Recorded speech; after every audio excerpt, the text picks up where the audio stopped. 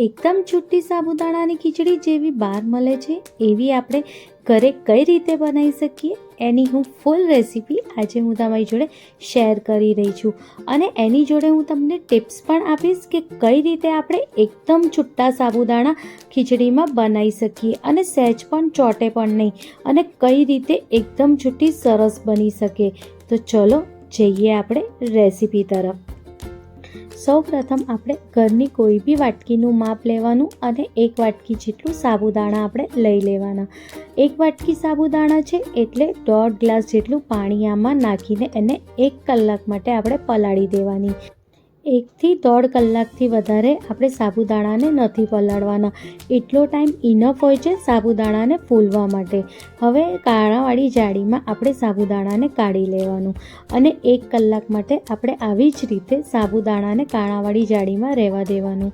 1 થી 1.5 કલાકથી વધારે અગર તમે પલાળશો તો સાબુદાણાની ખીચડી ચીકાશ પકડશે, એટલે આપણે એટલું જ પલાળવાનું છે. હવે જનરલી તો આપણે બટેકા નાખતા હોઈએ છીએ સાબુદાણાની ખીચડીમાં, પણ આજે મેં અહીંયા કાચા કેળાનો ઉપયોગ કર્યો છે. એકવાર તમે આ કાચા કેળા સાબુદાણાની ખીચડી જરૂરથી ટ્રાય કરજો, ખરેખર બહુ જ સારી બને છે. હવે આપણે જે કેળાની ઉપરની છાલ છે એને આપણે કાઢી લેવાની છે કંઈક આવી રીતે.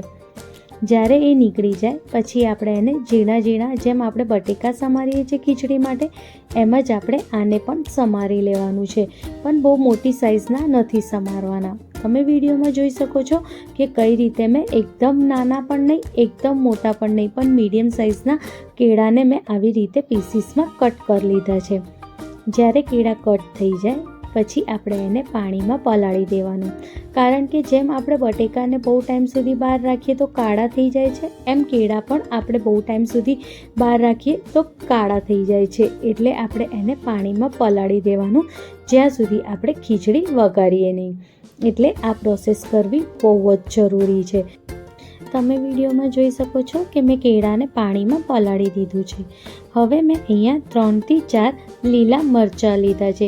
તમે તમારા તીખાસ પ્રમાણે જેટલું ખાતા હો એટલા લીલા મરચાંનો ઉપયોગ તમે આમાં કરી શકો છો. લીલા મરચાંને પણ આપણે આવી રીતે ઝીણા ઝીણા સમારી લેવાના છે. જ્યારે લીલા મરચાં સમારી જાય પછી આપણે એનો વઘાર કરીશું. આ ખીચડી બહુ ફટાફટ બની જાય છે, પણ એટલું જ છે કે સાબુદાણા પલળેલા હોવા જોઈએ. હવે અમે અહીંયા 2 થી 3 ચમચી જેટલું તેલ લીધું છે. આમાં તેલનો ઉપયોગ બહુ નથી થતું એટલે આપણે થોડુંક જ તેલ લેવાનું છે. 1 નાની ચમચી જેટલું મેં અહીંયા જીરું લીધું છે અને 1 મુઠ્ઠી જેટલું આપણે આમાં સિંગદાણા લેવાના છે. જો 1 મુઠ્ઠી ના ખબર પડે તો આપણે જે વાટકી હોય છે એની 1/4 વાટકી જેટલું મેં આમાં સિંગદાણાનો ઉપયોગ કર્યો છે. સિંગદાણાને હવે આપણે અહીંયા બરોબર શેકી લેવાનું. જ્યારે બરોબર સિંગદાણા શેકાઈ જાય અને એનું સહેજ ગુલાબી કલર આવે પછી આમાં આપણે લીલા મરચાં અને આપણે લીમડાના પાનને એડ કરીશું. આમાં મેં 7 થી 8 લીમડાના પત્તાને એડ કર્યું છે. હવે એને પણ આપણે 2 મિનિટ માટે સરસ રીતે શેકી લઈશું. 2 મિનિટ થાય અને શેકાઈ જાય પછી આપણે જે કેળા સમાર્યા હતા હવે આપણે બધા કેળાને આમાં એડ કરી દઈશું. આપણે તેલનો ઉપયોગ અગર જો વધારે થઈ જાય તો સિંગ જ્યારે શેકાઈ જાય પછી તમે સાઈડમાંથી તેલ કાઢી પણ શકો છો. જો કદાચ તેલ વધારે હશે તો જે ખીચડી છે એ નીચે ચોંટી જશે અને તમારી ખીચડી છૂટી નહીં બને. એટલે તેલનો આમાં બહુ ખાસ ધ્યાન રાખવાનો. બહુ તો બહુ 3 ચમચીથી વધારે તેલ આમાં યુઝ નહીં જ કરવાનું.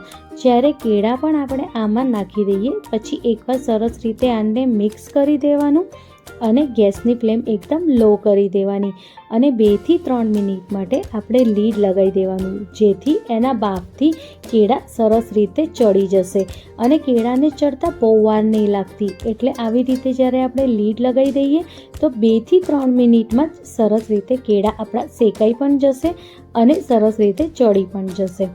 તમે જોઈ શકો છો કે નીચે ચોંટવા માંડ્યું છે, એનો મતલબ એ છે કે ખીચડીમાં બહુ તેલ નથી, ત્યારે જ આવી રીતે નીચે ચોંટે. પણ આપણે ખાસ ધ્યાન રાખવાનું, લીડ લગાવ્યા પછી પણ જો નીચે ચોંટતું હોય તો આપણે થોડીક વારે એને મિક્સ કરતા રહેવાનું જેથી નીચે ચોંટે નહીં.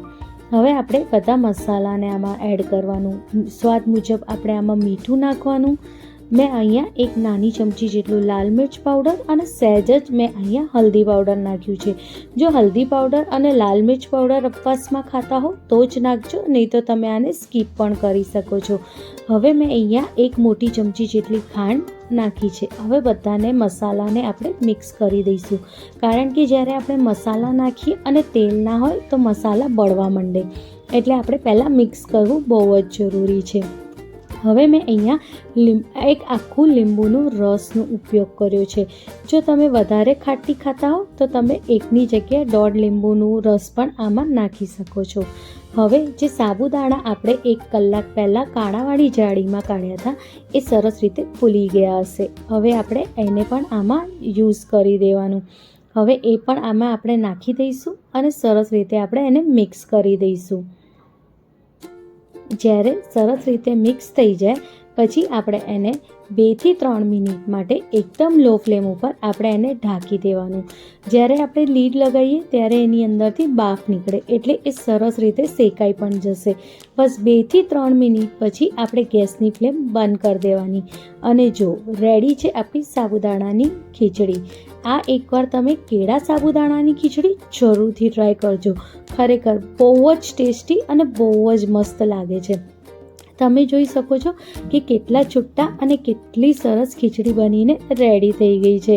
તમે પણ આવી જ રીતે અગર છુટ્ટી સાબુદાણાની ખીચડી બનાવવા માંગતા હો તો આ રેસીપી એકવાર જરૂરથી ટ્રાય કરજો. અને તમને મારી આ કેળા સાબુદાણાની ખીચડી ગમી હોય તો એને લાઈક, શેર અને કમેન્ટ જરૂરથી કરજો.